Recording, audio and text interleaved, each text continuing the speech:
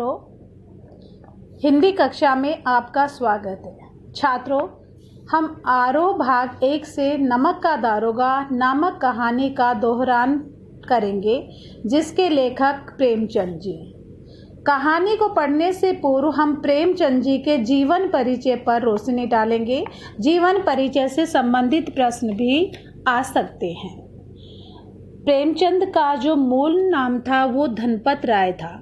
प्रेमचंद जी का जन्म सन 1880 लम्ही गांव उत्तर प्रदेश में हुआ। इनकी प्रमुख रचनाएं सेवा सदन, प्रेमाश्रम, रंगभूमि, निर्मला, कायाकल्प, गबन, करमभूमि, गोदान, सोजे वतन, मानसरोवर, 8 खंड में, गुप्त धन कहानी संग्रह, करबला, संग्राम, प्रेम की देवी, नाटक, कुछ विचार, विविध प्रसंग, निबंध संग्रह भी हैं। प्रेमचंद हिंदी कथा साहित्य के शिखर पुरुष माने जाते हैं। तो अब आपके समक्ष जैसे प्रश्न ये बन रहा है कि प्रेमचंद जी हिंदी कथा साहित्य के कैसे पुरुष माने जाते हैं, तो हम शिखर पुरुष के नाम से कह सकते हैं। कथा साहित्य के इस शिखर पुरुष का बचपन कैसे बीता बच्चों? अभावों में बीता, अर्थात इनको काफ़ी परेशानियों का सामना करना पड़ा। स्कूली शिक्षा पूरी करने के बाद पारिवारिक समस्याओं के कारण जैसे तैसे बीए तक की पढ़ाई की। इनके परिवार में आर्थिक कमी थी और विभिन्न प्रकार की परेशानियां थी, तो इन्होंने जैसे तैसे पढ़ाई तो की और इन्होंने बीए पास कर ली। अंग्रेजी में ये एमए करना चाहते थे, लेकिन जीवन यापन के लिए इन्हें पहले नौकरी ढूंढनी पड़ी। सरकारी नौकरी मिली भी, लेकिन उस समय महात्मा गांधी ने असहयोग आंदोलन चलाया, तो प्रेमचंद जी ने उस आंदोलन में सक्रिय होने के लिए अपनी सरकारी नौकरी से त्यागपत्र दे दिया, अर्थात इन्होंने नौकरी छोड़ दी। राष्ट्रीय आंदोलन से जुड़ने के बावजूद लेखन कार्य सुचारू रूप से चलता रहा, अर्थात इन्होंने राष्ट्रीय आंदोलन में भी भाग लिया और ये लिखते रहे। पत्नी शिवानी देवी के साथ अंग्रेजों के खिलाफ आंदोलन में हिस्सा लेते रहे। इनके जीवन का राजनीतिक संघर्ष उनकी रचनाओं में सामाजिक संघर्ष बनकर सामने आया, जिसमें जीवन का यथार्थ और आदर्श दोनों थे। यानी कि इनका जो जीवन था इसमें यथार्थ और आदर्श दोनों ही थे। इनका जो सामाजिक संघर्ष यानी कि राजनीति जो संघर्ष था, उनकी रचनाओं में सामाजिक संघर्ष उभर कर हमारे समक्ष आता है। हिंदी साहित्य के इतिहास में कहानी और उपन्यास की विधा के विकास का काल विभाजन प्रेमचंद को ही केंद्र में रखकर किया जा रहा था। छात्रों, हिंदी साहित्य के इतिहास में कहानी और उपन्यास, ये 2 विधाओं के बारे में मैं जानकारी दे रही हूँ कि इनके विकास का काल जो विभाजन था वो प्रेमचंद जी के केंद्र में ही रखकर किया गया। प्रेमचंद पूर्व युग, प्रेमचंद युग, प्रेमचंदोत्तर युग, ये प्रेमचंद के निर्वाध महत्व का एक स्पष्ट प्रमाण है।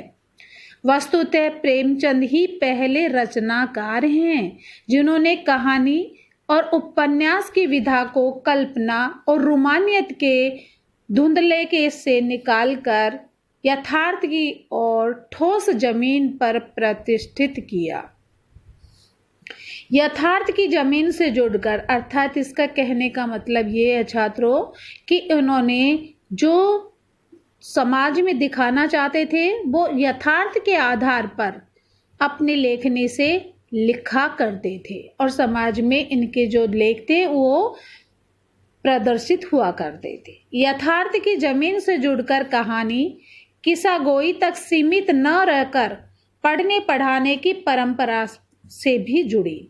इनमें उनकी हिंदुस्तानी, हिंदी, उर्दू मिश्रित भाषा का विशेष योगदान रहा। उनके यहाँ हिंदुस्तानी भाषा अपने पूरे ठाट-बाट और जातीय स्वरूप के साथ आई थी।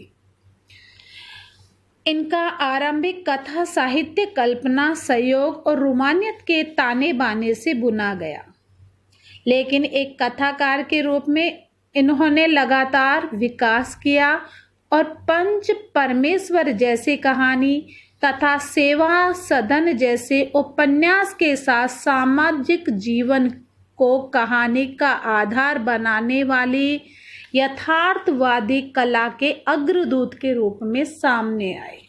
यानी कि इन्होंने अपनी लेखनी के माध्यम से पंच परमेश्वर एक कहानी लिखी जिसमें सामाजिक जीवन को, यथार्थ को समाज के समक्ष प्रस्तुत किया गया। इसी तरह से सेवा सदन उपन्यास भी लिखा जिसमें सामाजिक जीवन को इन्होंने लोगों के समक्ष यथार्थवादी कला से प्रस्तुत किया।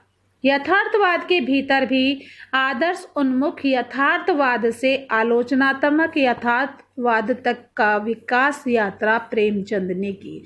अर्थात समाज में जो घटनाएं घट रही थी उन्हें रूबरू इन्होंने अपनी कलम से लोगों के सामने लेकर आए। आदर्श उन्मुख यथार्थवाद इन्हें की जो गढ़ी हुई संज्ञा थी, यानी कि ये जो समाज में यथार्थवाद था उसके जीते जागते उदाहरण हैं। ये कहानी और उपन्यास के क्षेत्र में किए गए उनके ऐसे रचनात्मक प्रयासों पर लागू होती है जो कटु यथार्थ का चित्रण करते हैं। कटु माने सत्य, कहते हैं ना कि समाज में जो कोई सत्य बोलता है उसके विरोधी हो जाती हैं, तो ये भी समाज में कटु सत्य का पर्दाफाश किया करते थे। सभी समस्याओं और अंतर विरोधियों को अंततः एक आदर्शवादी और मनोवांछित साधन तक पहुंचा देते थे। सेवा सदन, प्रेमाश्रम आदि उपन्यास और पंच परमेश्वर, बड़े घर की बेटी, नमक का दारोगा आदि कहानियां ऐसी ही हैं। बाद की उनकी रचनाओं में यह आदर्शवादी प्रवृत्ति कम हो गई है और धीरे धीरे वे ऐसी स्थिति तक पहुंचते जहां कठोर वास्तविकता को प्रस्तुत करने में भी किसी तरह का समझौता नहीं करते थे। गोदान उपन्यास और पूस की रात, कफन आदि कहानियां इसके सुंदर उदाहरण हैं। यानी कि जो गोदान उपन्यास है और पूस की रात, कफन आदि कहानियां, इसमें जो समाज के चित्रण किया गया उसके उदाहरण दिए गए हैं। यहाँ दी गई कहानी नमक का दारोगा प्रथम प्रकाशन सन 1914 ईस्वी में प्रेमचंद की बहुचर्चित कहानी थी। अब छात्रों, आपसे पूछा जा सकता है कि प्रेमचंद की बहुचर्चित कहानी कौन सी थी, तो हम बताएंगे नमक का दारोगा, जिसका प्रकाशन कब हुआ, सन 1914 ईस्वी में प्रेमचंद की बहुचर्चित कहानी थी। इसके अंदर आदर्श उन्मुख यथार्थवाद की एक मुकम्मल उदाहरण के रूप में देखा जा सकता है। नमक का जो दारोगा कहानी है, इसमें आदर्श मुख्य यथार्थवाद का चित्रण किया गया है। कहानी में ही आए हुए एक मुहावरे को ले तो ये धन के ऊपर धर्म की जीत की कहानी है। जो नमक का दारोगा है, यह कहानी हम कह सकते हैं कि धन के ऊपर धर्म की जीत की कहानी है। धन और धर्म को हम क्रमशः सद्वृत्ति और असिद्ध वृत्ति, बुराई और अच्छाई, असत्य और सत्य इत्यादि भी कह सकते हैं। कहानी में इनका प्रतिनिधित्व क्रमशः पंडित आलोपीदीन और मुंशी वंशीधर नामक पात्रों ने किया है। ईमानदार कर्मयोगी मुंशी वंशीधर को खरीदने में असफल रहने के बाद पंडित आलोपीदीन अपने धन की महिमा का उपयोग कर उन्हें नौकरी से मुअत्तल कर देते हैं, अर्थात नौकरी से हटवा देते हैं।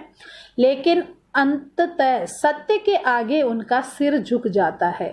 वे सरकारी महकमे से बर्खास्त, यानी कि पद से जब इन्हें हटा दिया गया, तो वंशीधर को बहुत ऊंचे वेतन और भत्ते के साथ अपनी सारी जायदाद का स्थायी मैनेजर नियुक्त करते हैं और गहरे अपराध बोध से भरी हुई वाणी में अब वो मुंशीधर से निवेदन करते हैं, यानी कि उनको वो लोग कहते हैं, निवेदन करते हैं, अब उन्हें वो गलत नज़रिए से नहीं देखते हैं।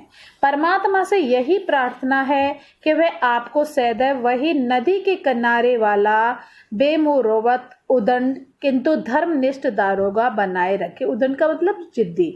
इसका मतलब ये है कि जो ये आलोपीदीन थे, ये इनको रिश्वत देना चाहते थे, जिससे कि वो नमक का व्यापार होने दें। लेकिन वंशीधर गरीब होते हुए भी उन्होंने रिश्वत स्वीकार नहीं करी। इस बात से पंडित आलोपीदीन हैं जो खुश हो जाते हैं बाद में, और अपने जो स्थायी इनका जो जायदाद है उसका स्थायी मैनेजर ये मुंशीधर को ही नियुक्त कर देते हैं। और फिर प्रार्थना करते हैं किससे? परमात्मा से, कि वह आपको सदैव वही नदी के किनारे वाला बेमरूप उदंड किंतु धर्मनिष्ठ दारोगा बनाए रखे। कहानी के इस अंतिम प्रसंग से पहले तक की समस्त घटनाएं प्रशासनिक और न्यायिक व्यवस्था में व्याप्त भ्रष्टाचार तथा उस भ्रष्टाचार की व्यापक सामाजिक स्वक्रियता को अत्यंत साहसिक तरीके से हमारे सामने उजागर करती है। ईमानदार व्यक्ति के अभिमन्यु के समान निहत्थे और अकेले पड़ जाने की यथार्थ तस्वीर इस कहानी की बहुत बड़ी खूबी है। किंतु प्रेमचंद इस संदेश पर कहानी को खत्म नहीं करना चाहते, क्योंकि उस दौर में वे मानते थे कि ऐसा यथार्थवाद हमको निराशावादी बना देता है। मानव चरित्र पर से हमारा विश्वास उठ जाता है। हमको चारों तरफ बुराई ही बुराई नजर आने लगती है। उपन्यास शीर्षक निबंध से इसलिए इस कहानी का अंत सत्य की जीत के साथ ही होता है। छात्रों, हम अब इसका नमक का दारोगा कहानी की मैं व्याख्या आपको पुनः समझाऊंगी। दोहरान कार्य के अंदर आप इसे ध्यान से सुनिएगा और कठिन शब्दों के अर्थ भी मैं आपको बताती चलूंगी।